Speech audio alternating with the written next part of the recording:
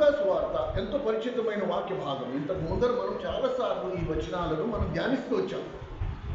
పరిశుద్ధాత్మ దేవుడు నడిపింపును కొలది ఈరోజు మనం నేర్చుకోవలసిన పాఠమును ఈ లేఖన భాగంలో వచ్చి మనము ధ్యానించి నేర్చుకుందాం. 24వ అధ్యాయం, లూకాసు వార్త 24వ అధ్యాయం 13వ వచనం నుండి 16వ వచనం వరకు నేను చదువుతాను. మీ బైబిల్లో ఈ లేఖన భాగమును అలా ఉన్నవో లేవో జాగ్రత్తగా చూసుకోండి. ఇదిగో ఆ దినమందే వారిలో ఇద్దరు యెరూషలేమునకు ఆమడ దూరమునున్న ఎమ్మాయి అను ఒక గ్రామమునకు వెళ్ళుచు జరిగిన ఈ సంగతులు అన్నిటిని గురించి ఒకరితో ఒకరు సంభాషించుచుండిరి. వారు సంభాషించుచు ఆలోచించుకొనుచుండగా యేసు తానే దగ్గరికి వచ్చి వారితో కూడా నడిచెను. అయితే వారు ఆయనను గుర్తుపట్టలేకుండా వారి కనులు మూయబడెను. ప్రభు ఈ లేఖన భాగమును మనకి అర్థమయ్యే భాషలో మనందరికీ బోధించినట్లుగా ప్రార్థన చేసుకుందాం. ప్రేమ కలిగిన మా ప్రియ పరలోకపు తండ్రి, మహోన్నతుడా, నిత్యుడకు ఆరాధనకు పాత్రుడా, నిన్ను స్తుతించి ఆరాధిస్తున్నాం. చదవబడిన ఈ లేఖన భాగమును మాకు అర్థమయ్యే భాషలో మాకు వివరంగా బోధించి మీ దాసు శిలుచాట్లు మరుగుపరిచి కొలతలేని ఆత్మతో అభిషేకించుము. వాక్య ఉచ్చారణ శక్తియు వృద్ధాన శక్తితో నింపమని వేడుకుంటున్నాం. మీ దాసు శిలుచాట్లు మరుగుపరచు ప్రభువా. నీ మహిమను దొంగలించుకున్నట్లు నీ ఆత్మ ఆవరింపు, నీ దాసుని ఆత్మ వశమందుంచుకొని నీవే నీ ప్రజలతో నేరుగా మాట్లాడమని యేసుక్రీస్తు వారి పరిశుద్ధమైన నామంలో ప్రార్థించి స్తుతించని వేడుకుంటున్నాము తండ్రి, ఆమేన్. చదవబడిన లేఖన భాగమును మనకెంతో పరిచితమైన వాక్య భాగం.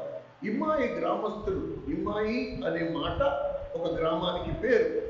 ఆ ఇమ్మాయి గ్రామస్తులిద్దరూ యెరూషలేము నుండి వారి గ్రామం ఆమడ దూరమునున్న ఇమ్మాయి గ్రామానికి నడుచుకుంటూ వెళ్తుండగా ఆ దినాలలోనే యేసుక్రీస్తు ప్రభు సిలువ వేయబడ్డాడు.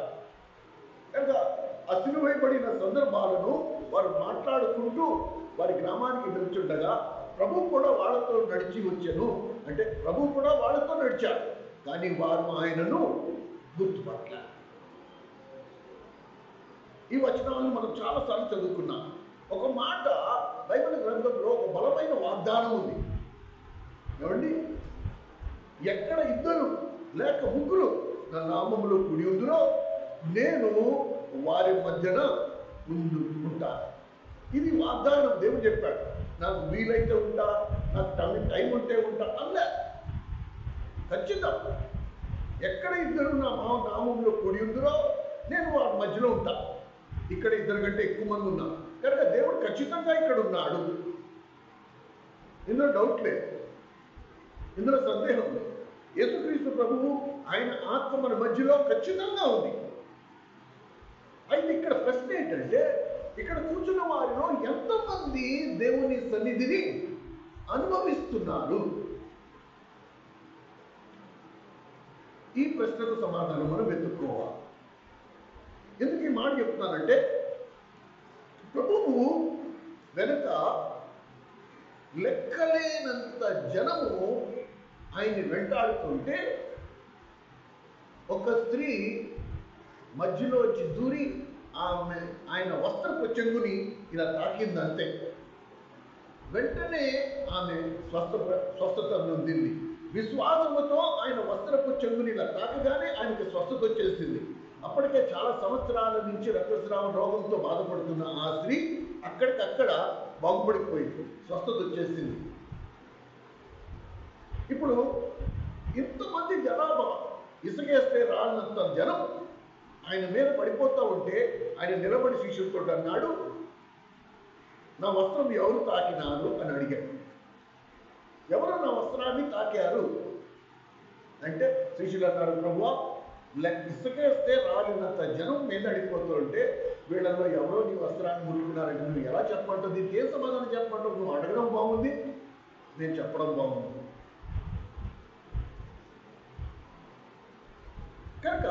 మనము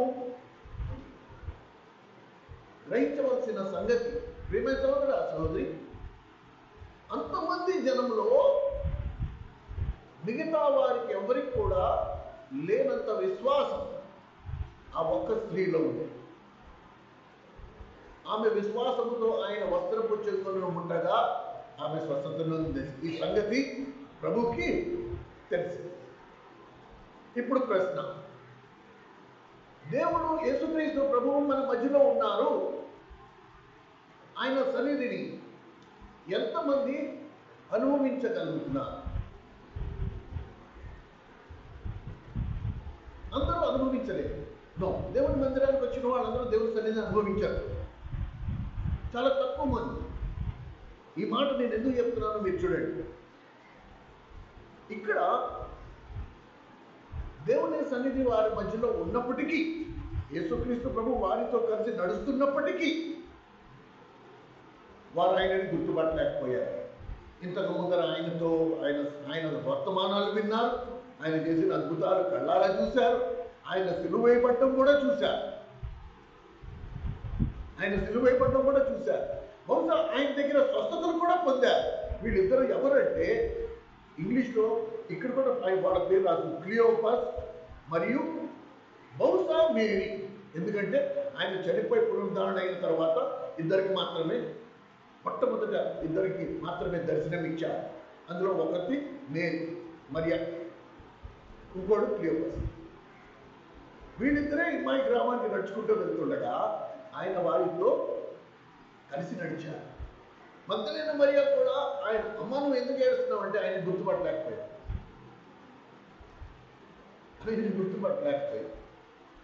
ఎందుకు గుర్తుపట్టలేకపోయింది అనేది కొంచెం ఆలోచన చేద్దాం. ఇక్కడ 24వ అధ్యాయంలో మీరు 16వ వచనాన్ని గమనించండి.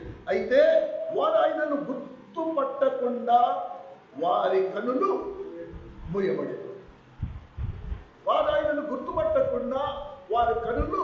మూయబడి, అనేక సార్లు మనం దేవుని మందిరానికి దేవుని పేరిట కూడి వచ్చినప్పటికీ దేవుని మందిరములో దేవుని సన్నిధిని అనుభవించకపోవడానికి కారణం దేవుడే వారి కన్నులు మూసేశాడు. ఎందుకు మూశాడు? అసలు కన్నులు మూసే అధికారం ఎవరికి ఉంది? ఎవరు కన్నులు మూయగలరు? ఏ కన్నులు మూశాడు అని మనం గమనిస్తే, ఇక్కడ దేవుడు వారి ఆత్మీయ నేత్రాలను మూసివేశాడు. భౌతిక నేత్రాలు ఉన్నాయి. బైబిల్ గ్రంథం మనకి ఏం చెప్తోంది? విశ్వాసం తన వెలుచూపును బట్టి కాక విశ్వాసమును బట్టి ఆత్మీయ జీవితంలో నడుచుకోవాలి. కానీ ఎప్పుడైతే విశ్వాసంలో లోపం ఉందో అప్పుడు ఆ విశ్వాసే వెలుచూపును బట్టి నడుచుకోవడం ప్రారంభిస్తుంది. ఎప్పుడైతే వెలుచూపును బట్టి నడుచుకున్నాడో ఇప్పుడు వాడి మనోనేత్రాలు ఏమైతాయి? ముయ్యబడతాయి. ముయ్యబడడానికి కారణం ఏంటి? అసలు కన్నులు, మనోనేత్రాలు, ఆత్మీయ మనోనేత్రాలు మూసివేసే అధికారం ఎవరికి ఉంది? 2 కొరింథీయులకు రాసిన పత్రిక 4వ అధ్యాయము 4వ వచనం ప్రకారంగా ఇహలోక సంబంధమైన దేవత వారి మనోనేత్రాలకు గురుడితనము కలుగు చేసను అన్నారు. ఎందుకు గురుడితనం కలుగు చేస్తుంది? గురుడితనం ఆ మాట ఒకసారి, అందులో ఒక పదం నేను కావాలనే కప్పేసి చదివారు. ఇప్పుడు చూడకుండా చెప్పండి, ఆ వచనాన్ని తీయకుండా చెప్పండి. ఈ యుగ సంబంధమైన దేవత అవిశ్వాసులైన వారి మనోనేత్రాలకు గురుడితనం కలుగుతుంది. అవిశ్వాసులు అంటే అన్యులు కాదు, విశ్వాసము లేని వారు, దేవుని నమ్ముకున్నానని చెప్పుకొనుచు ఆయన శక్తిని ఆశ్రయించకుండా ఆయన మీద సంపూర్ణ విశ్వాసము లేకుండా ఉన్నవారు, దేవుని మందిరానికి వచ్చి వెళ్ళిపోతున్నవారు, కానీ దేవుని మీద సంపూర్ణ విశ్వాసము లేని వారు. అంటే ఎప్పుడైతే నీ విశ్వాసంలో లోపం వచ్చిందో వెంటనే నువ్వు అపవాదికి ఏమి ఇస్తున్నావు? అధికారం. నీ మనోనేత్రానికి పూర్తి గుడితనం కలుగు చేసే అధికారాన్ని నీ అంతటా నువ్వే ఇచ్చేస్తున్నావు. కనుక ఇక్కడ దేనిని బట్టి వీళ్ళకి అవిశ్వాసం వచ్చింది అని మనం గమనిస్తే ఇక్కడ ఒక మాట ఉంది చూద్దాం. 25వ వచనాన్ని గమనించాడు. 25వ వచనం, లూకా సువార్త 24వ అధ్యాయం 25వ వచనం. అందుకు ఆయన, అవివేకులారా, ప్రవక్తలు చెప్పిన మాటలను ఆ మాట అన్నిటినీ నమ్మని మందమతులారా. మీరు దేవుని మందిరానికి వస్తున్నారే కానీ, దేవుని వాక్యం వింటున్నారే కానీ, దాన్ని మీరు ఏం చేయట్ల? నమ్మని. దేవుని వర్తమానాన్ని వింటున్నారే కానీ మీరు నమ్మే స్థితిలో లేరు కనుక మీ అపనమ్మకం ఇప్పుడు మీకు ఏం కలుగు చేస్తోంది? మీ మనోనేత్రాలు విడితనం ఆటోమేటిక్గా. ఎందుకు ఈ మాట చెప్తున్నాము అంటే, ఈ సందేహం ఇప్పటిది కాదండి. ఈ సందేహం 2000 సంవత్సరాల క్రితమే, 2025 సంవత్సరాల క్రితమే ప్రభువుకు వచ్చింది. లూకా సువార్త 18వ అధ్యాయం 8వ వచనంలో మనిషి కుమారుడు భూమి మీదకి వచ్చినప్పుడు ఆ విశ్వాసము కనుగొనున్నా. ఈ డౌట్ ఇప్పుడు కాదు, అప్పుడే ప్రభువుకు వచ్చేసింది. మైసూరు బజ్జీ అని పేరుందండి. ఏ వేళన్న కొట్లు పొద్దున్నే మీరు వెళ్తే వేడివేడిగా వేస్తారు. ఆ బజ్జీ బజ్జీ అనే వచ్చేసింది. ఇక్కడ మన అడిగుల్లోకి వచ్చేటప్పుడు మైసూరు తీసేశారు, కానీ దాని పేరేంటి? మైసూరు బజ్జీ. దాన్ని ఇలా ఎన్ని బజ్జీలు మీరు పెట్టి చూసినా అందులో మీకేముండదు? మైసూరు ఉండదు. పేరు నేతి బీరకాయ. ఆ బీరకాయ ఎంత పిండినా ఒక్క చుక్క నెయ్య అందులోంచి రాదు. కానీ ఈ పేర్లు ఎలా వచ్చాయో నాకు ఒక్కొక్కసారి నాకు అర్థం కాదు. విశ్వాసము లేని విశ్వాసులకు దేవుడు విశ్వాసులు అనే పేరు ఎందుకు పెట్టాడో అర్థం కాదు. కానీ మనం విశ్వాసం ఏముండదు, ఆ విశ్వాసమే ఉండదు. ఏ విశ్వాసం?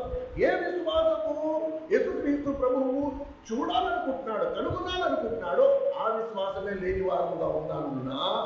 ఇప్పుడు సాతాను పని ఎంత సులభమైపోయిందంటే, వాడు సులభముగా ఈ లోక మాయలో నీకు గుడ్డితనం కలుగు చేసేశాడు.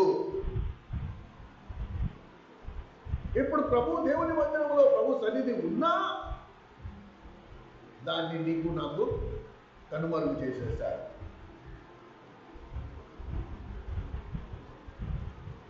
ఇది ఒక పెద్ద సమస్య. కొంతమందికి ఒకటి తప్పుడు అభిప్రాయం ఉందండి. కొంతమందికి తప్పుడు అభిప్రాయం ఉంది. దానికంటే ముందర ఒక వచనం చదువుకుందాం మనం. 2వ కొరింథీయులకు రాసిన పత్రిక 13వ అధ్యాయము 5వ వచనములో మనం ఏం పరీక్షించుకోవాలో చూడండి. ప్రభు బలాన్ని మనం సమీపిస్తున్నాం కాబట్టి ఏం పరీక్షించుకోమని హెచ్చరిక ఉందో అది కొంచెం గమనిద్దాం. 2వ కొరింథీయులకు రాసిన పత్రిక 13వ అధ్యాయం 5వ వచనం. మీరు విశ్వాసం గలవారై ఉన్నారో లేదో మిమ్మల్ని మీరే శోధించుకునుడి. మీరే పరీక్షించుకుని మీరు భ్రష్టులు కాని ఎడల యేసుక్రీస్తు మీలో ఉన్నాడని మిమ్మల్ని గురించి మీరే ఎరుగురా. ప్రేమ సోదరుడా సోదరి, లేఖనం ఏం చెప్తోంది? మీరేం పరీక్షించుకోవాలా? నేను విశ్వాసం గలవాడినా కానా, ఇది నేను పరీక్షించుకోవాలా ప్రభు బల దగ్గరికి వచ్చినప్పుడు. ఇక్కడ ఒక మాట, ఎందుకు ఇవన్నీ మనకు కనబడవు, ఎందుకు మనం వీటిని గ్రహించే స్థితిలో ఉండమో నాకు అర్థం కాదు. యేసుక్రీస్తు ప్రభు మీలో ఉన్నాడని మీరు ఎరుగరా? ఇప్పుడు ప్రభు మీలో ఉన్నాడు అనే మాటకు అర్థం ఏంటి? మీరు వ్యక్తిగతంగా దేవుని మందిరంలో లేక ఎక్కడున్న దేవుని సన్నిధిని మీరు అనుభవించే స్థితిలో ఉండాలి. ఎందుకంటే దేవుడు ఎక్కడున్నాడు? నీలోనే ఉన్నాడు. నీలో ఉన్న దేవుడినే నువ్వు అనుభవించలేని వాడు. మీరు దేవుని మందిరంలో నీకు దేవుడు ఎక్కడొస్తాడు? ఇది ఒక ప్రశ్న.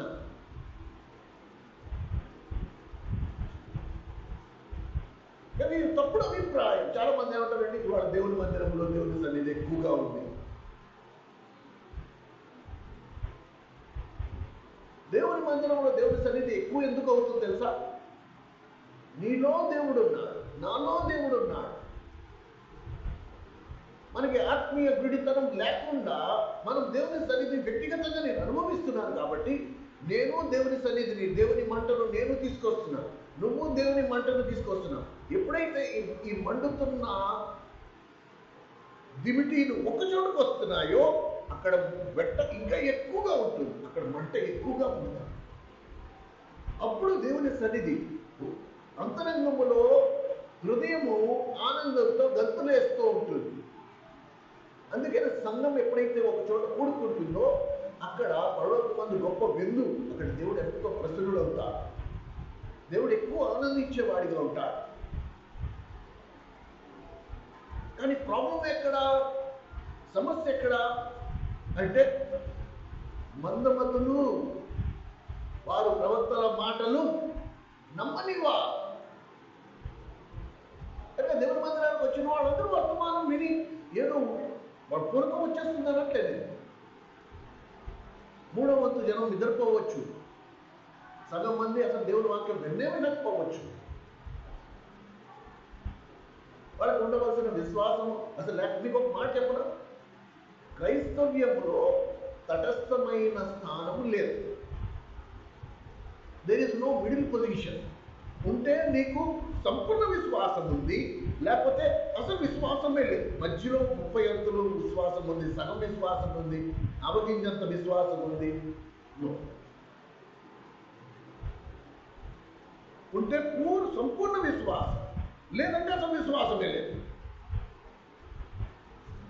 మధ్యస్థితి అనేది ఎక్కడ మనకి కనపడదు, బైబిల్లో లేదా. ఎందుకు ఈ మాటలు చెప్తున్నాను అంటే వాళ్ళు ఏం చేస్తూ వచ్చారు, ఎప్పుడైతే మనం ఒక చోట కూడుకుంటామో మనం అందరము ఒకే ఆత్మ కలిగించిన ఐక్యతతో ఉన్నప్పుడు అందులో కనుక ఒక పుల్ల తీసి బయట పెట్టామంటే ఏమవుతుంది, అది ఆరిపోతుంది. కనుక వాళ్ళు ఎప్పుడైతే ఈ మండుచున్న పుల్లల మధ్యలోకి వస్తారో ఫస్ట్ థింగ్ వాళ్ళు వెలిగించబడతారు. వెలిగించబడిన తర్వాత దేవుని సన్నిధి అనుభవించినప్పుడు వాళ్ళకి దేవుని సన్నిధి, మిగతా వారు దేవుని సన్నిధి నిత్యము అనుభవిస్తున్నారు. వాళ్ళు ఎక్కడికి వెళ్ళినా తమతో పాటు దేవుని సన్నిధిని కూడా తీసుకెళ్తారు. యేసుప్రభు మీలో ఉన్నారని మీరు ఎరుగురా. ఒకవేళ మీరు విశ్వాస భ్రష్టులు కానీ ఎడల, ఈ మాట మనము స్పష్టంగా చదువుకోవాలి. అయితే ఇక్కడ ధ్యానించే అంశంలో మనం గమనిస్తే వాళ్ళ కనులు మూయబడ్డానికి దేవుని సన్నిధి అనుభవించే పరిస్థితుల్లో లేకపోనే కారణము మనం గమనిస్తే వారి అపనమ్మకమే వారి మనోనేత్రాలకి గుడితనం కలుగు చేస్తుంది. ఇప్పుడు ప్రశ్న ఏంటంటే మన పరిస్థితి ఏంటి? మన పరిస్థితి ఏంటి? నిజంగా మనం దేవుని సన్నిధిని అనుభవించే స్థితిలో ఉన్నామా? యేసుప్రభు నాలో ఉన్నాడు, ఆయనను నేను నిత్యము అనుభవించుచున్నాను అని మనం చెప్పగలమా? ప్రభు బల్లలో మనం చేయవేయక మునుపు మనం పరీక్షించుకోవాల్సింది అదే. దేవుడు కోరినంత విశ్వాసం. అందుకనే ప్రభు ఏమన్నాడు తెలుసా, శుద్ధ సువర్ణము కంటే అమూల్యమైనవి విశ్వాసం. అది కూడా దేవుని వ్యాపారము చేయడానికి ఎఫెసీ పత్రిక ధ్యానంలో మనం ధ్యానిస్తూ వచ్చాం. అది దేవుడు నీకు ఇస్తే వచ్చింది. ఆ అమూల్యమైన దాన్ని నువ్వు ఎంత పదిలంగా దాచిపెట్టుకున్నావో దాని మీద ఆధారపడి ఉంటుంది నీ ఆత్మీయ జీవితం. నువ్వు దేన్ని నమ్మాలో దాన్ని నమ్మకుండా, దేన్ని నమ్మకూడదు దాన్ని నమ్మావా, ఈ ఉన్న అమూల్యమైన విశ్వాసం ఏమైపోతుంది, తరిగిపోతూ వస్తుంది. దాన్ని వృధా చేసేసుకున్నావు. 100 రూపాయలు నోటు ఇచ్చాడు, దాన్ని నువ్వు భద్రంగా దాచుకునే అవకాశం ఉంది. జూదంలో, ప్యాకాట్లో, పందాల్లో దాన్ని వృధా చేసుకునే అవకాశం కూడా ఉంది. అలాగే విశ్వాసం, ఆ విశ్వాసం అనే మదుపు నువ్వు ఎక్కడ పెడుతున్నావో దాని మీద ఆధారపడి ఉంటుంది మన ఆత్మీయ జీవితం. ఇక్కడ మనము గమనించాల్సింది ఏంటంటే అవిశ్వాసము వలన నేను దేవుని సన్నిధిని కోల్పోయే ప్రమాదం మాత్రం ఖచ్చితంగా ఉంది. అవిశ్వాసము వలన నేను దేవుని కోల్పోయే ప్రమాదం ఖచ్చితంగా ఉంది. అందుకనే ప్రభు ఉన్న కాలంలోనే ప్రభు ఆశ్చర్యపోయాడు, ప్రభుకే ఆశ్చర్యం కలిగించింది. మార్కు సువార్త 6వ అధ్యాయం, మార్కు సువార్త 6వ అధ్యాయం 5, 6 వచనాలు. మార్కు సువార్త 6వ అధ్యాయం 5, 6 వచనాలు. అందువలన కొంతమంది రోగుల మీద చేతుల నుంచి వారిని స్వస్థపరచను కానీ తప్ప. చూసారా ఆ పదం చూడండి. ఆయన అక్కడ చెయ్యలేకపోయాను అంటే పర్వాలేదు, చెయ్యజాలకపోయాను అంటే ఆ మాటకు అర్థం ఏంటి? ఆయన చేతులు కట్టిపడేస్తాడు. ఎవరి వలన అంటే వారి అవిశ్వాసము వలన యేసు అనేక అద్భుతాలు చేయజాలకపోయాను. మనమే మన అవిశ్వాసముతో యేసుక్రీస్తు ప్రభువు చేత అద్భుతాలు, ప్రభు నీ జీవితంలో అనుదినము అద్భుతాలు చేయాలని ఆశపడుతున్నాడు. ప్రతిరోజు నువ్వు దేవుని దగ్గరికి వచ్చినప్పుడు దేవుడు నీ జీవితంలో ఒక అద్భుతము చేయాలని ఇష్టపడుతున్నాడు. కానీ ఎందుకు చేయలేకపోతున్నాడు? నీ అవిశ్వాసము వలన. నీ అవిశ్వాసము వలన. ప్రియమైన సహోదరుడా, సహోదరి, ఇక్కడ మనం అర్థం చేసుకోవాల్సిన మాట ఉంటుంది. ఎప్పుడైతే శిష్యులు యేసుక్రీస్తు ప్రభు అమరమున తలగడ వేసుకుని నిద్రపోచుండగా సముద్రంలో ప్రయాణం మేము వెళ్తున్న సమయంలో అలలు దోణి మీద వచ్చి పడ్డాయి. పడగానే శిష్యులు ప్రభు దగ్గరికి వచ్చి బిగ్గరగా కేకలు వేశారు. ఏమని? బోధకుడా, మేము నశించుచున్నాము, నీకు చింత లేదా? కొన్ని విషయాలు చాలా చాలా లోతుగా ఉంటాయండి. ఇప్పుడు దోణిలో ఉన్నవారు ఎవరు? మత్స్యకారులు. శిష్యులందరూ చేపలు పట్టి గజ ఈత కాళ్ళు అని చెప్తే తప్పుగా. వాళ్ళు పుట్టడమే సముద్రం ఒడ్డున పుట్టారు, వారు పెరగడమే సముద్రంలో పెరిగారు. కనుక ఒక్కొక్కరికి ఈత మాదిరిగా కాదు. గజ ఈత కాళ్ళు అంటే చాలు, సముద్ర అగాధంలోకి వెళ్ళి చేపలు బయటికి తీసుకొచ్చే తర్బీదు కలిగిన వారు. అలలు దోణి మీద పడినప్పుడు వీళ్ళు కావాలంటే సముద్రంలోకి దూకి ఒడ్డుకు చేరుకోగలరు. ఈత అందరికీ ఈత వచ్చు కాబట్టి అందరూ సముద్రంలోకి దూకి ఒడ్డుకు చేరుకునే గజ ఈతగాడు. కానీ వీళ్ళు చేతులు మంచి పని ఏంటి తెలుసా? యేసు ప్రభువుకి హ్యాండ్ ఇవ్వకుండా, యేసు ప్రభువుని ఒంటరిగా వదిలేయకుండా ప్రభు దగ్గరికి వచ్చి అన్నారు.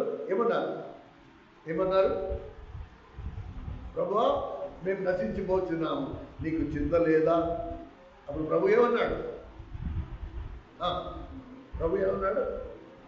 చూడకుండా చెప్పండి. ప్రభు ఏమన్నాడు? అల్ప విశ్వాసులారా, మీరు ఎందుకు భయపడుతున్నారు? అల్ప విశ్వాసము అంటే సున్నా విశ్వాసం. క్రైస్తవ్యంలో తటస్థమైన స్థానం లేదు.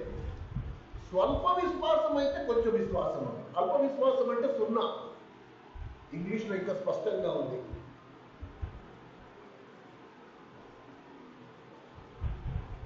కనుక క్రైస్తవ్యంలో నేను ఇందాక చెప్పినట్టు ఉంటే 100% విశ్వాసం ఉండాలి, లేకపోతే సున్నా ఉంది. అంటే ఈ రెండే మధ్యలో 60% ఉందండి, 70% ఉందో. కనుక దినదినము మనం దేవుని దగ్గరికి వచ్చి ఏమని ప్రార్థన చేయాలా? నా విశ్వాసము వృద్ధి పొందించు, నాలో అపనమ్మకం చోటు చేసుకోకూడనట్టు నా విశ్వాసం వృద్ధి పొందించు. ఎందుకు ఈ ప్రార్థన ఇంత ముఖ్యం? ఎందుకంటే ఈ లోపల ఏం చేస్తాడు వాడు? ఈ యుగ సంబంధమైన దేవత నా మనోనేత్రాలకి విడుదలను కలుగు చేసేస్తాడు. కనుక ప్రతిరోజు నేను దేవుని దగ్గరికి వచ్చి ప్రభువా, నా విశ్వాసం వృద్ధి పొందించు అని నేను ప్రార్థన చేసి అడగాలి. ఇక్కడ పేతురు నీటి మీద నడిచి,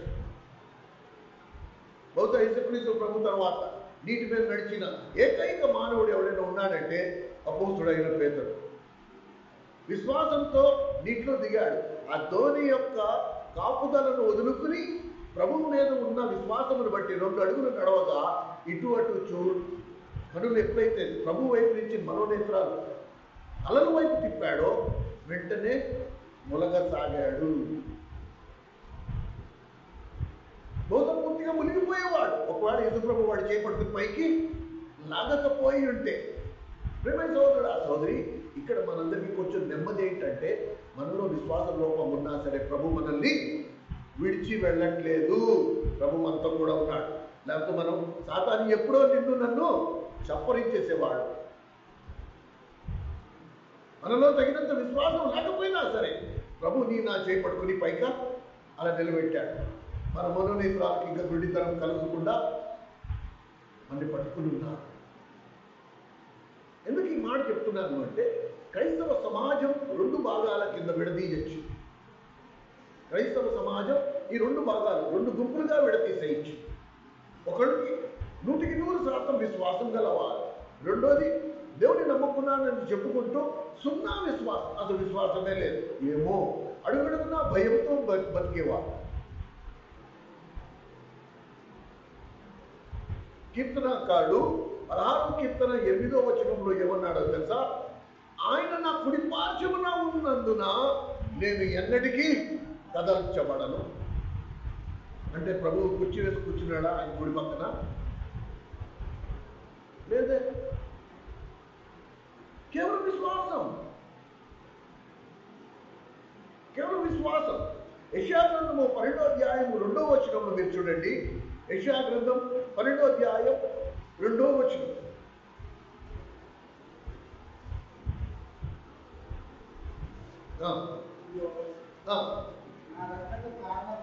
నా రక్షణకు కారణభూతుడను దేవుడు, నేను భయపడక, నేను ఆయన నమ్ముకుంటున్నాను కాబట్టి నాకు అసలు భయమే లేదు, నేను దేనికి భయపడను. వీళ్ళు 100% విశ్వాసం గలవారు. ఇంకొక గుంపు ఉంది. ఈ గుంపు ఎలాంటి గుంపు? 56వ కీర్తన 56వ కీర్తన 3వ వచనం 56:3 ఏంటంట? నాకు భయము సంభవించు దినమున, అప్పటి వరకు ఆశ్రయించాడంట. నాకు భయము సంభవించు దినమున నేను దేవుణ్ణి ఆశ్రయిస్తా. అంతవరకు నా బలం, నా కులం, నా బలగం వీటిని ఆశ్రయిస్తా. ఇవన్నీ ఫెయిల్ అయిపోయి ఎప్పుడైతే నాకు భయం వేస్తుందో అప్పుడు నేను దేవుణ్ణి ఆశ్రయిస్తా. వీళ్ళు విశ్వాసులు కాదు, వీళ్ళు విశ్వాసులు కాదు. అర్థమవుతుందా? కనుక ఏ రోజు నాకు భయం సంభవిస్తుందో ఆ రోజు నేను ఆశ్రయిస్తాను. అంతవరకు నాకు ఆయన అవసరం లేదు. అవసరతను బట్టి దేవుని దగ్గరికి రావడం, అవసరతను బట్టి దేవుణ్ణి నమ్ముకోవడం, అవసరతను బట్టి ప్రార్థన చేయించుకోవడం, అవసరతను బట్టి నో వీళ్ళు అసలు విశ్వాసులు కాదు. ఇది నేను చెప్పట్లేదు, ఆయన చెప్పారు.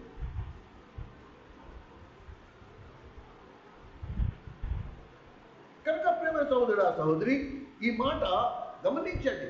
జీవం కలిగిన దేవుడు ఏమన్నాడు అంటే 300 బైబిల్ గ్రంథంలో 366 సార్లు ఏమని రాస్తుంది? భయపడకుము, నేను నీకు తోడై ఉన్నాను. భయపడకుము, నేను నీకు తోడై ఉన్నాను అనే మాట 365 సార్లు 66 సార్లు రాస్తుంది. దేవుడు తన నమ్మకత్వాన్ని రుజువుపరుస్తున్నాడు. ఏమండి? కానీ నేను విశ్వాసం గలవాడినో కానో, నేను ఒకవేళ నేను విశ్వాసనే అనుకుని నన్ను నేను మోసపరుచుకుంటే మాత్రం దేవుడు వెక్కిరింపబడ్డు. మోసపోకు, దేవుడు వెక్కిరింపబడ్డు. నువ్వు కటిక ప్రమాదంలో ఉన్నట్టే. ఏమండి? కనుక ఇక్కడ మనము అర్థం చేసుకోవాల్సిన సంగతి ఏంటంటే, దేవుడు మనల్ని ఎప్పుడు విడిచిపెట్టట్లేదు కనుక మనం ఇంకా భ్రష్టత్వంలోకి దిగజారిపోలేదు. లేఖనం సెలవిస్తున్న భ్రష్టత్వంలోకి ఇంకా నేను దిగజారిపోలే. మనలో విశ్వాసం ఉంది, కానీ దేవుని కంటికి కనిపించినంత లేదు అని చెప్పాలి. మంచి కుమారుడు భూమి మీదకి వచ్చినప్పుడు ఆ విశ్వాసం కనుగొనున్నా అంటే ఆయన కంటికి కనబడుతుందా అనే ప్రశ్న దగ్గరికి వచ్చేటప్పటికీ దేవుని ప్రజలమైన మనము కొంచెం ఒక అడుగు అక్కడే నిలబడి ఆలోచన చేసుకోవాల్సిన అవసరం ఎంతైనా ఉంది.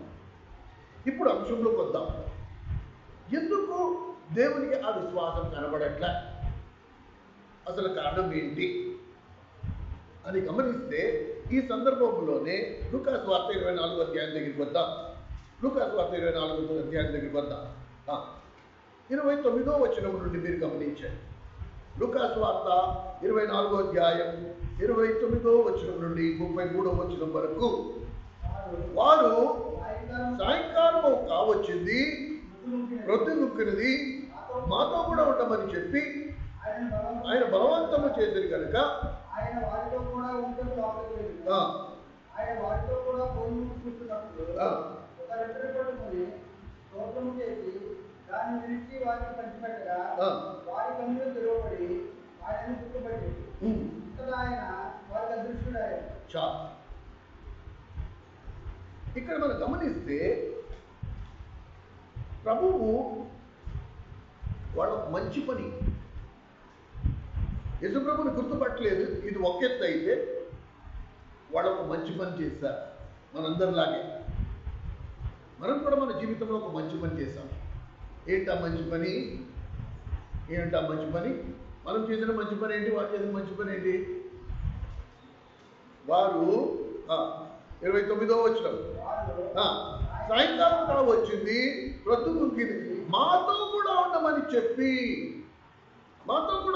చెప్పి ఆయనను బలవంతము చేసిరు కనుక ఆయన వారితో కూడా ఉండుటకు లోపలికి వెళ్ళాను.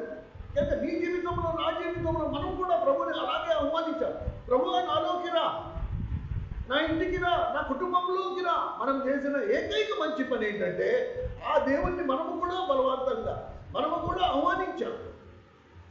ఇక్కడ ప్రభు యొక్క మంచితనం చూడండి. ప్రభు ఇక్కడ సాకులు చెప్పలే. మనం ఒకవేళ పిలిచామనుకో, అక్క రేపు మా ఇంటికి పోయడానికి రెడీ అంటే ఇప్పుడు మనం ఏమంటాం? రేపు నేను ఎక్కడికో వెళ్ళాలనుకున్నామే, రేపు మాకు ఇంకా వేరే అపాయింట్మెంట్ ఉంది, రేపు కుదరదు, వీలు కుదరదు. ఈ లోపల వాళ్ళు ఏం చేసి అలా కాదక్క, మీరు కాదన్నది ఎలాగా అలాగా అన్నా, మీరు ఎలాగా టైం చేసుకుని రండి అంటే సరే నేను చూస్తాను. కానీ ప్రభు అలా కాదు. ప్రభు అలా బతిమానించుకోలేదు. అసలు ప్రభువు ఆ అవకాశం కోసం ఎదురు చూస్తున్నాడు. వీళ్ళు ఒక్కసారి పిలిస్తే నేను వెంటనే వీడి ఇంట్లోకి రావాలి. కానీ నేను ఎలా వస్తాడు? ఇదిగో నేను తలుపు యొద్ద నిలబడి తలుపు తట్టుచున్నాను. అంతేకాని తలుపు బయటికి దడేయాలి, మరి తలుపు తోసుకుంటూ లోపలికి వచ్చేవాడు కాదు. ఆయన అంత ఉందా, అంత మర్యాద ఆయన. నువ్వు రానిస్తేనే వస్తాడు, నువ్వు రమ్మంటేనే వస్తాడు, నువ్వు తలుపు తీయకపోతే వెళ్ళిపోతాడు. ఇది ఆయనలో ఉన్న గొప్ప లక్షణము. రెండోదిగా ఆయన ఏం చేశాడో చూడండి, చదవండి. కూర్చున్నప్పుడు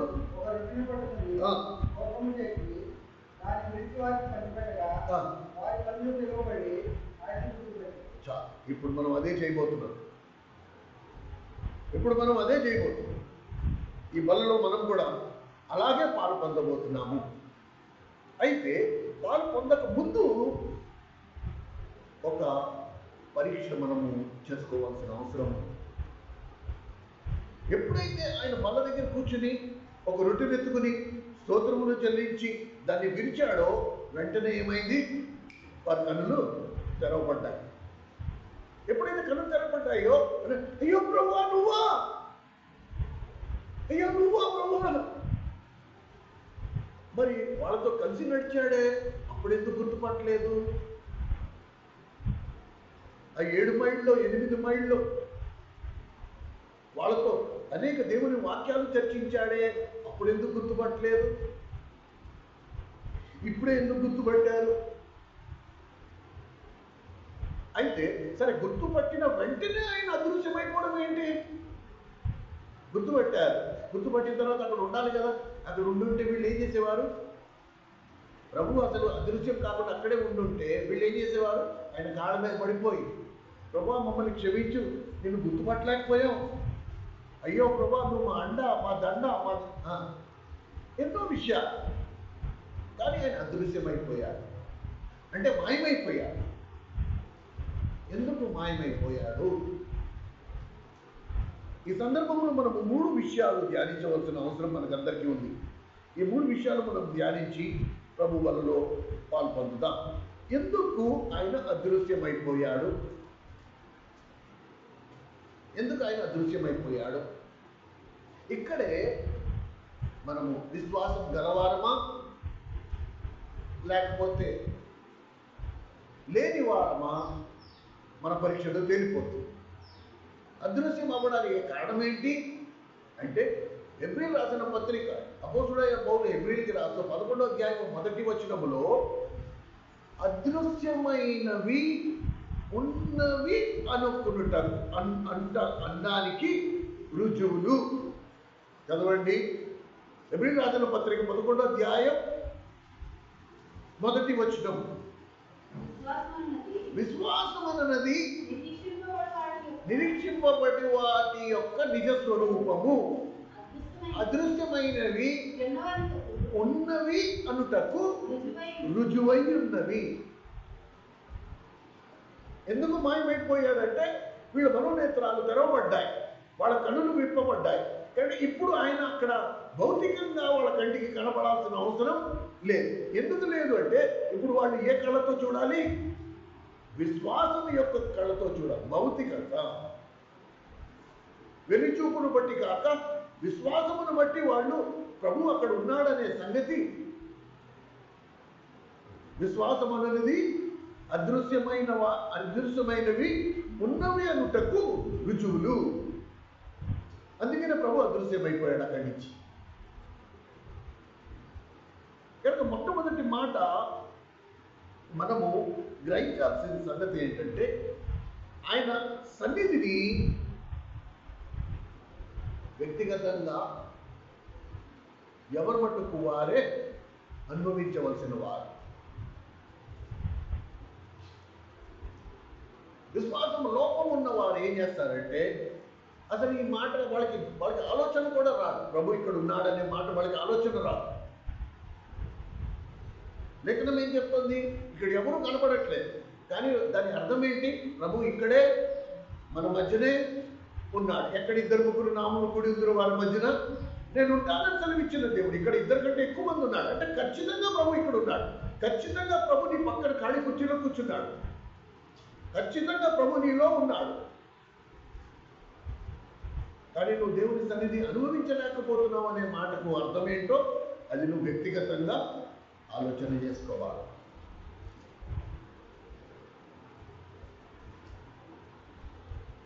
ఇప్పుడు దేవుడు ఇక్కడ ఉన్నాడు అంటే నా ప్రవర్తనలో మార్పు ఖచ్చితంగా ఉంటుంది. దేవుడు నాలో ఉన్నాడు అనే సంగతి నేను సత్యంగా గ్రహించినట్లయితే నా నోటి మాట, నా ప్రవర్తన ఇవన్నీ దేవునికి మర్యాదకరంగా, దేవునికి అంగీకారం యోగ్యంగా ఉంటాయి. యేసుక్రీస్తు మీలో ఉన్నాడని మీరు ఎరుగరా? ఇది మొట్టమొదటి మనము పరిశీలించుకోవాల్సిన అవసరం. ఏమండి? రెండోది మనం ఏం పరీక్షించుకోవాలంటే, లూకాసు వార్త 24వ అధ్యాయము 32వ వచనం. అప్పుడు వారు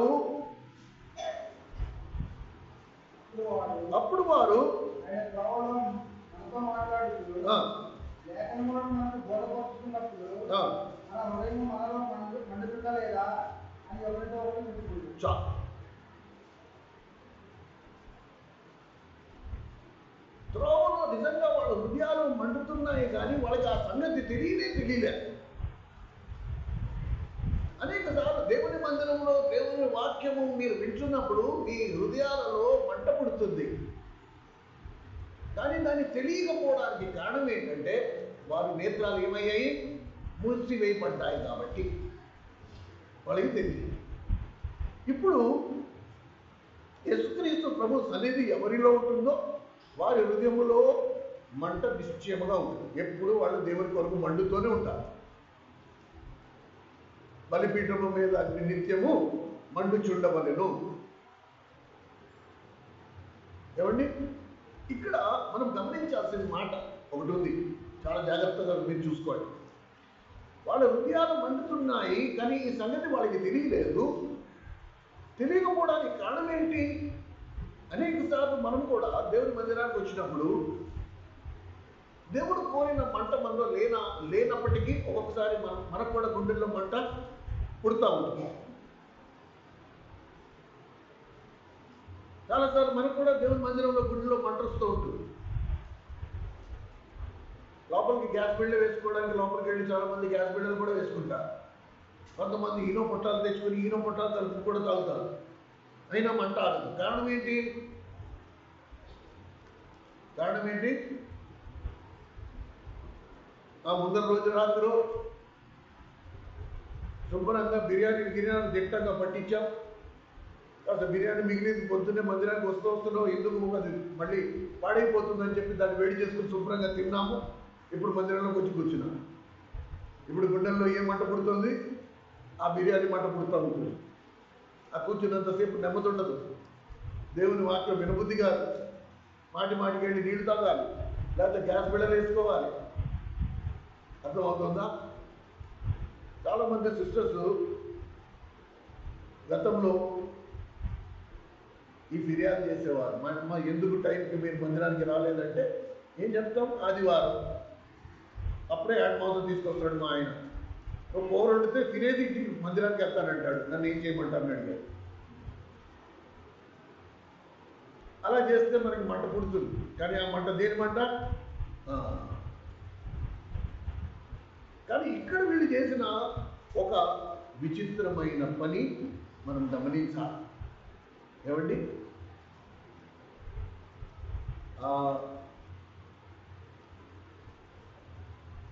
32వ వచనం మళ్ళీ చదవండి. అప్పుడు వారు ఆయన త్రోవలో మనతో మాట్లాడుతూ లేఖనము మనకి బోధపరచుచున్నప్పుడు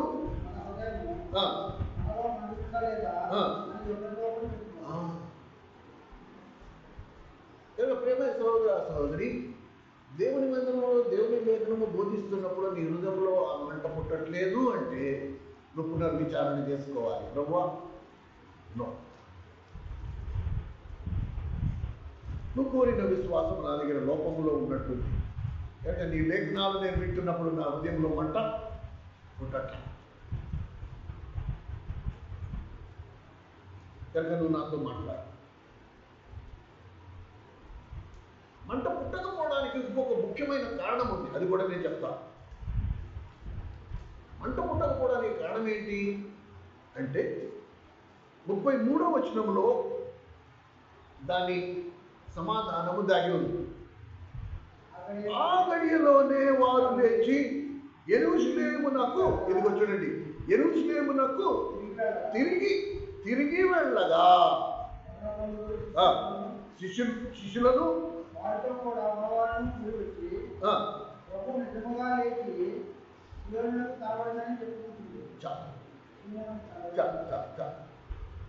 ఇప్పుడు 3 రోజులు మనం పరీక్షించుకోవాల్సిన సంగతి ఏంటంటే ఆ గడియలోనే వారు ఏం చేశారట? లేచి యెరూషలేమునకు తిరిగి వెళ్ళడం అనే మాట ఎందుకు వచ్చింది? అసలు వాళ్ళు ఎక్కడి నుంచి వస్తున్నారు? ఇమ్మాయి గ్రామానికి. యెరూషలేము దేవుని సంఘానికి గుర్తు. యెరూషలేము దేవుని సంఘానికి గుర్తు. వీళ్ళు దేవుని మందిరానికి వెళ్తున్నారే కానీ ఆ దేవుని మందిరంలో వీరు అసలు మనసే పెట్టట్లేదు. ఏమండి? ఒకరికి డబ్బులు బ్యాంకులో పడ్డాయో లేదో చింత. వాడు మాటికి సెల్ ఫోన్ చూసుకోవడానికి బయటకు వెళ్ళిపోతూ ఉంటాడు. లేకపోతే ఎవరో డబ్బులు ఇవ్వాల్సిన వాడు ఫోన్ చేసినప్పుడు అలా బయటకు వెళ్ళిపోతూ ఉంటాడు. దేవుని మందిరానికి వెళ్ళారు కానీ ఎక్కడున్నారు వీళ్ళు? మందిరం వెలుపల ఉన్నారు. ఇప్పుడు ఏమైపోయింది? వాడు ఏం చేశాడు? ఈ సంబంధమైన దేవత వాడు కాపలా కాచుకుని ఉంటాడు. ఎవడు బయటకు వస్తాడో వాడు కళ్ళకు గద్దలు కట్టేయాలి నేను అంతే. వీళ్ళు బయటకు వెళ్ళి లోపలికి వచ్చారనుకుంటున్నారే కానీ బయటకు వెళ్ళినప్పటికి ఏమైపోయింది? వాడు కళ్ళకు గద్దలు కట్టేశాడు. ఇప్పుడు వీళ్ళు లోపలికి వచ్చి కూర్చున్నారు. ఇప్పుడు వచ్చి కూర్చున్నా విన్నా వినకపోయినా అన్నీ ఒకటే. ఎప్పుడైతే వీళ్ళు కళ్ళు తెరవబడ్డాయో, ఎప్పుడైతే వీళ్ళ కన్నులు తెరవబడ్డాయో వీళ్ళు చేసిన మొట్టమొదటి పని ఏంటి? వీళ్ళు తిరిగి యెరూషలేమునకు, అంటే అంటే ఎక్కడికి వెళ్ళారు? సహవాసములోకి వెళ్ళారు. అందుకనే ఆ 11 మందితో అనే మాట ఉంది. ప్రభువా మేము తప్పు చేశాం, మేము యెరూషలేముకి వెళ్ళాం, కానీ మేము సహవాసంలో లేము. మా సొంత పనుల్లో మేము ఉన్నాం. మందిరంలో కూర్చున్నాం, కానీ నేను సెల్ ఫోన్లు కెలుపుకుంటూ కూర్చున్నాం. మందిరంలో ఉన్నాం, కానీ మా ఆలోచన మాత్రం లోకమంతా సంచరిస్తా ఉంది. మందిరంలో పేరుకే హాజరించుకోవడానికి వెళ్ళాం, కానీ అసలు నీ వాక్యం మేము శ్రద్ధగా వినలేదు. మందిరంలో కూర్చున్నామే కానీ ఎప్పుడు వీడు ముగిస్తాడా, సాంబార్ అన్న 2 ముద్దలు తినేసి వెళ్ళిపోదామని చూసామే కానీ అసలు నువ్వు మాతో మాట్లాడుతున్నావని కానీ నువ్వు అక్కడ ఉన్నావనే కానీ ఆ సత్యం మేము గ్రహించలే.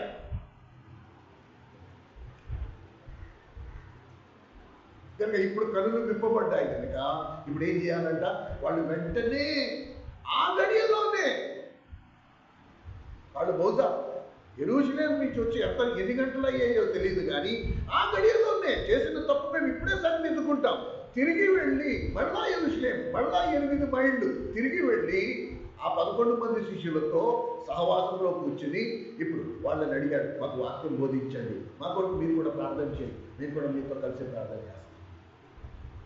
ఇంతకు ముందర మీరు బోధించినప్పుడు మేము శ్రద్ధగా వినలేదు కాబట్టి వాడు మాకు కళ్ళ గంటలు కట్టేశాడు, మా కన్నులు ముయ్యబడ్డాయి. అయ్యో మా కర్మ, ప్రభు మాతో పాటు 8 మైళ్ళు నడిచాడే కానీ మేము ఆయన్ని గుర్తుపట్టలేకపోయాము. ఆయన మాట్లాడుతున్నప్పుడు మా హృదయాల్లో మంటలు పుట్టాయి, కానీ ఆయనే అనే సంగతి మాకు తెలియలేదు.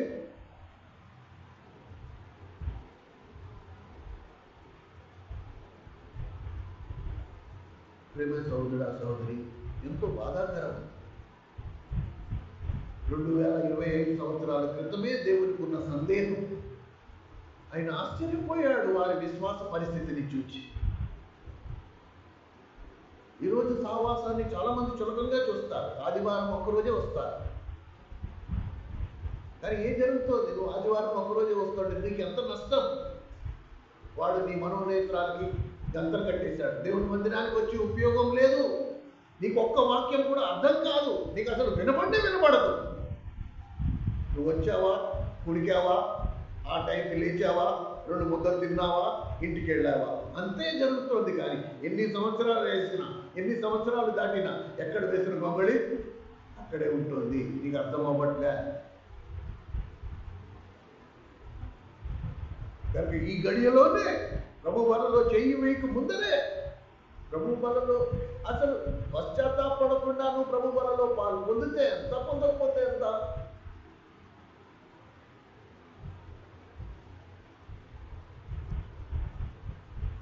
ఎంత ప్రాముఖ్యమైన బల్ల. ఈ బల్లే లేకపోతే మనం అదే అపోహలో ఉండేవాళ్ళం. ఎవడో పాస్టర్ గారు చెప్పారు, బాప్తిజం తీసేసుకున్నాం, ఇక్కడ మునిగితే అక్కడ తేలుతామని చెప్పేశాడు. నేను అదే నమ్ముకున్నా పిచ్చోళ్ళ. అలా జరగదమ్మా. No, absolutely not. ఇక్కడ మునిగితే అక్కడ తేలేది కాదు ఇది జీవితం. వాళ్ళు ఎలా సరిదిద్దుకున్నారో చూడండి. ప్రభు వాళ్ళతో కలిసి నడిస్తేనే వాళ్ళకి కనపడలేదు, వినపడలేదు. ప్రభు రొట్టె విరిచి వాళ్ళకి ఇస్తేనే కానీ వాళ్ళ మనోనేత్రాలు వెలిగింపబడలేదే. అలాంటిది ఎన్ని సంవత్సరాల నుండి అయోగ్యంగా పాల్పొందుతున్నారేమో, ఎన్ని సంవత్సరాల నుండి దేవుని బలకు దూరంగా ఉన్నారేమో, ఆత్మీయ గుడితనంలో రోజులు గడిపేస్తున్నారేమో. నీకు అర్థమవుతుందా? మళ్ళీ వారు చూసుకుంటాంలే అనడానికి ఇది మన జీవితం మీద మనకి ఎటువంటి గ్యారంటీ లేదు. జాగ్రత్త. ప్రభు నీకు అందుబాటు ఉన్న కాలంలోనే కనుక నువ్వు సరి చేసుకోకపోతే శాశ్వతమైన నష్టం కొని తెచ్చుకున్న వారం అవుతాం మనము.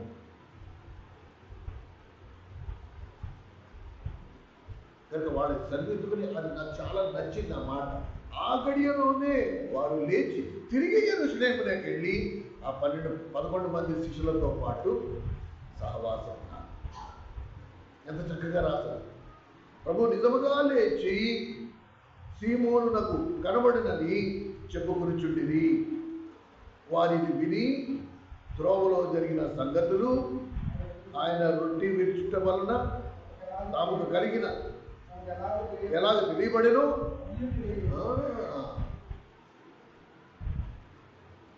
అసలు సాక్ష్యం అనేది ఉంటే అప్పుడు ఒకరితో ఒకరు పంచుకోవడానికి, ఒకరిని ఒకరు బలపరుచుకోవడానికి మనకి వీలుంటుంది.